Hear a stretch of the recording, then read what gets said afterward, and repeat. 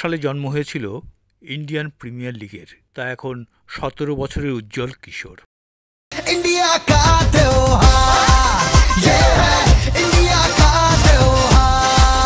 শুরু হয়েছিল ৮টি দল নিয়ে।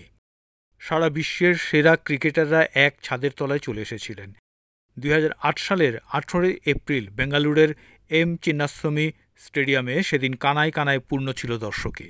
রয়্যাল চ্যালেঞ্জার্স বেঙ্গালুর বনাম কলকাতা নাইট রাইডার্সের ম্যাচে দর্শকদের চিৎকারে প্রকম্পিত ছিল গ্যালারি। প্রথম ম্যাচে মুখোমুখি সৌরভ গঙ্গোপাধ্যায় এবং রাহুল দ্রাবিড়। গোটা ক্যারিয়ার জুড়ে যারা কাঁধে কাঁধ মিলিয়ে খেলেছেন তারাই সেদিন একে অপরের মুখোমুখি প্রতিপক্ষ হিসেবে। Well, Saurav, you won the toss. What have you decided? We'll have a bat. The problem for the Kolkata Knight Riders has been that the top order hasn't really fired. Match refereeing as well. So the Knight Riders winning the চিন্নাস্বামীতে সেদিন ওঠে Kolkata Knight রাইডার্সের hard hitter Brandon ম্যাকালামের ঝড়। ১৭ run হাঁকিয়ে ইতিহাসে ঢুকে পড়েছিলেন McCullum. What a shot! What a shot! An off-driven six, and it's because McCallum is showing. গ্যালারিতে বলিউডের বাদশা শাহরুখ খান সহ এক ঝাঁক সেলিব্রিটিদের ভিড়। ১৭ বছর পর আইপিএল এখন বিশ্বের অন্যতম জনপ্রিয় টি-20 ফ্র্যাঞ্চাইজি লিগ।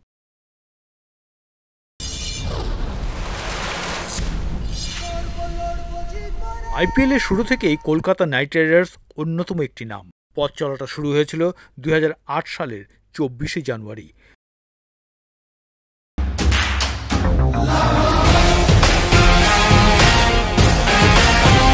রেড চিলিজ এবং জুহি চাওলার মেহতা গ্রুপ ২০০৮ সালের ২০শে ফেব্রুয়ারি প্রায় ৩০০ কোটি টাকা খরচ করে কলকাতার দলটি কিনে নেন শাহরুখ জুহি।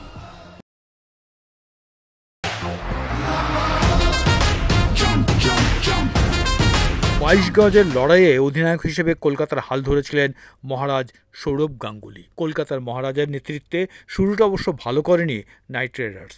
৮ দলের টুর্নামেন্টে ৬ নম্বরে শেষ করেছিল কলকাতা। কলকাতার হয়ে সবচেয়ে বেশি রান করেছিলেন অবশ্য সৌরভ। সবচেয়ে বেশি উইকেট নিয়েছিলেন পাকিস্তানি পেসার ওমর গুল।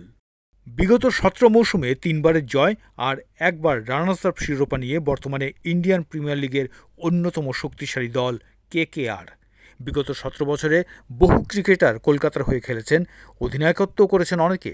তবে সম্প্রতি কলকাতা নাইট রাইডার্সের সর্বকালের সেরা একাদশ প্রকাশিত হয়েছে। প্রকাশিত কলকাতা নাইট রাইডার্সের সর্বকালের সেরা একাদশে ওপেনারের ভূমিকায় রয়েছেন ভারতের বর্তমান হেড কোচ গৌতম গম্ভীর ও ভারতীয় তারকা রবিন উত্থাপ্পা। নাইট রাইডার্সের সর্বকালের সেরা একাদশে মিডল অর্ডারের দায়িত্বে রাখা হয়েছে ভারতীয় তারকা মনীষ পান্ডে, আন্দ্রে রাসেল, কলকাতার হয়ে খেলা রজত ভাটিয়া ও সুনীল নারায়ণকে। মিডল অর্ডারে অলরাউন্ডার আন্দ্রে রাসেল ও সুনীল নারায়ণ তো রয়েছেনই, সেই সাথে নাইটদের সর্বকালের সেরা একাদশে পেস বিভাগের স্তম্ভ হিসেবে নাম রয়েছে অজি পেসার ব্রেটলির। গতিকে কাজে লাগিয়ে উইকেটে থাবা বসাতে ভালোই পারেন তিনি।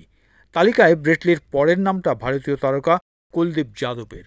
এছাড়াও নাইটদের পুরনো দিনের সঙ্গী উমেশ যাদব ও ভারতের মিস্ট্রি বরুণ চক্রবর্তী থাকছেন সেরা একাদশে। উল্লেখ্য, কলকাতার হয়ে দুরন্ত পারফর্ম করেও সর্বকালের সেরা একাদশে জায়গা হয়নি ভারতের প্রাক্তন অধিনায়ক তথা কিংবদন্তি ক্রিকেটার সৌরভ গাঙ্গুলি।